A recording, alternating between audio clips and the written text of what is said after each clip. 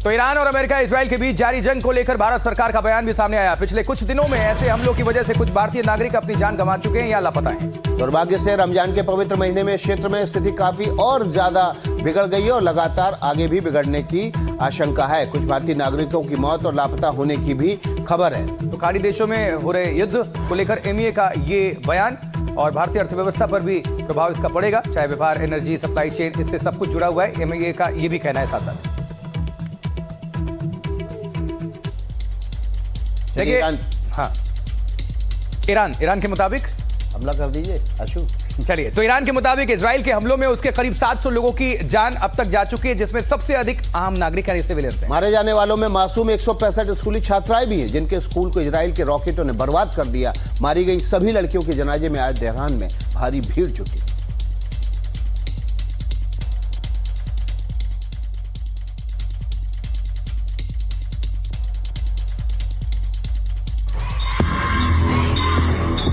Tehran की सड़कों पर ये भारी हुजूम मातम मनाने के लिए उमड़ा है। उन 165 स्कूली छात्राओं की मौत का मातम जो दक्षिणी तेहरान के मिनाब इलाके के एक स्कूल पर इजराइल के मिसाइल हमले में मारी गईं। हमले में 96 अन्य घायल भी हुए। ईरान पर अमेरिका इजराइल के हमलों में ये सबसे बड़े पैमाने पर हुई मौत है। भीड़ में मौजूद कई गमजदा लोगों के हाथों में इन बच्चियों की तस्वीरें थीं और आंखों में आंसू।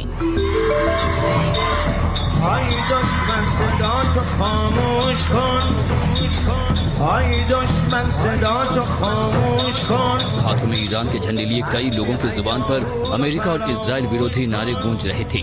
माहौल जितना गमगीन था उतना ही गुस्से से भरा हुआ दिखा। कई जानकारों के मुताबिक जिस स्कूल पर बमबारी हुई वो IRGC यानी इस्लामिक रेवोल्यूशनरी गार्ड्स कोर के बैरक के बगल में था। यही वजह है कि वो इन हमलों का शिकार बन गया।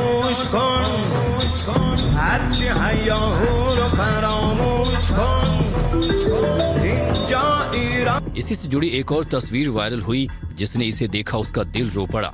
हमले में मारी गई बच्चियों को दफन करने के लिए बड़े पैमाने पर एक ही जगह कब्र खोदने की तस्वीरें आईं। मानवाधिकार से जुड़ी कई एजेंसियों ने इस हमले के लिए जवाबदेही तय करने की मांग की है।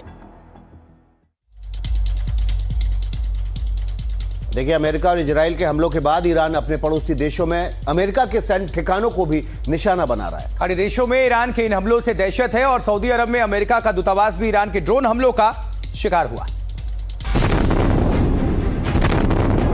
हमला ड्रोन से हुआ था। आग की लपटें दिखी और उसके बाद धमाके सुने गए। फिर घना काला धुआं रियाद के आसमान को भरने लगा। ये सऊदी अरब की राजधानी है। कंक्रीट के ये जंगल दूर दूर तक फैले हैं।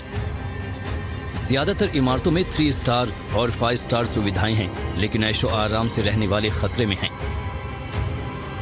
बेशक ईरान के निशाने पर अमेरिकी दूतावास, उनके सैनिक और बेस हैं। बावजूद इसके आम नागरिक भी खतरे में हैं, डर के बीच सांस ले रहे हैं। मंगलवार तड़के ईरानी ड्रोन्स ने टारगेट हिट किए। सऊदी अरब के रक्षा मंत्रालय के मुताबिक हमला अमेरिकी दूतावास पर हुआ। 2 ड्रोन ने सीमित गोलीबारी की, जिससे ज्यादा नुकसान नहीं हुआ। सऊदी अरब की राजधानी रियाद में अपने दूतावास पर ईरान के हमले से अमेरिका और अलर्ट हो चुका है और उसे अब अपने नागरिक ठिकानों पर और हमलों का अंदेशा भी है। यही वजह है कि उसने पश्चिम एशिया में देशों में मौजूद अपने सभी नागरिकों को देश वापस लौटने की अपील की और निर्देश दिए।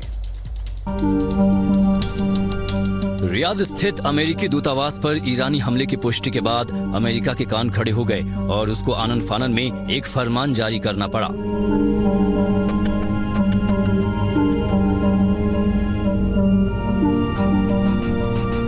मिडिल ईस्ट में महायुद्ध के संकेत को देखते हुए अमेरिकी विदेश मंत्रालय ने अपने नागरिकों को 1 दर्जन से ज्यादा मिडिल ईस्ट देशों को तुरंत छोड़ने का निर्देश दिया है।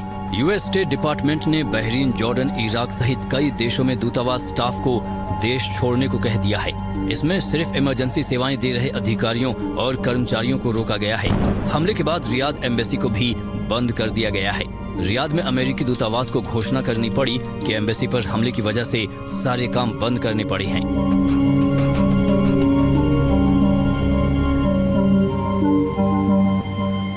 एक खतरे का हवाला देते हुए अमेरिका ने जॉर्डन के दूतावास के सभी स्टाफ को वहां से निकलने का निर्देश दिया है। ओमान में एम्बेसी के कर्मचारी वहां से बाहर निकलते नजर आए हैं। खबर है कि ईरानी प्रॉक्सी हिजबुल्लाह ने जॉर्डन में अमेरिकी सैन्य ठिकानों पर हमला करने की धमकी दी है। इसके बाद अमेरिका के होश उड़े हुए हैं। देखिए, इराक की राजधानी बगदाद में अमेरिका का विक्टोरिया मिलिट्री बेस है। इसे अभेद्य किला माना जाता है, इसलिए ये अमेरिका का गुरूर भी है। लेकिन आज यहाँ सिर्फ धुआं और तबाही के निशान हैं। आखिर पेंटागन को चौंकाने वाला ये हमला किसने किया, देखिए जरा रिपोर्ट।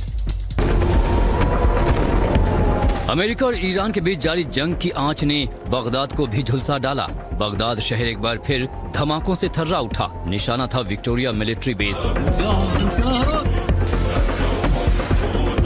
इराक की राजधानी में मौजूद ये वो इलाका है जिसे अमेरिकी सेना का अभेद्य किला माना जाता है। लेकिन इराक के इस्लामिक रेजिस्टेंस ने इस किले में सेंध लगा दी। इस बेस पर बड़ी संख्या में अमेरिकी सैनिक तैनात हैं। साथ ही एक से बढ़कर एक हथियार भी रखे हुए हैं।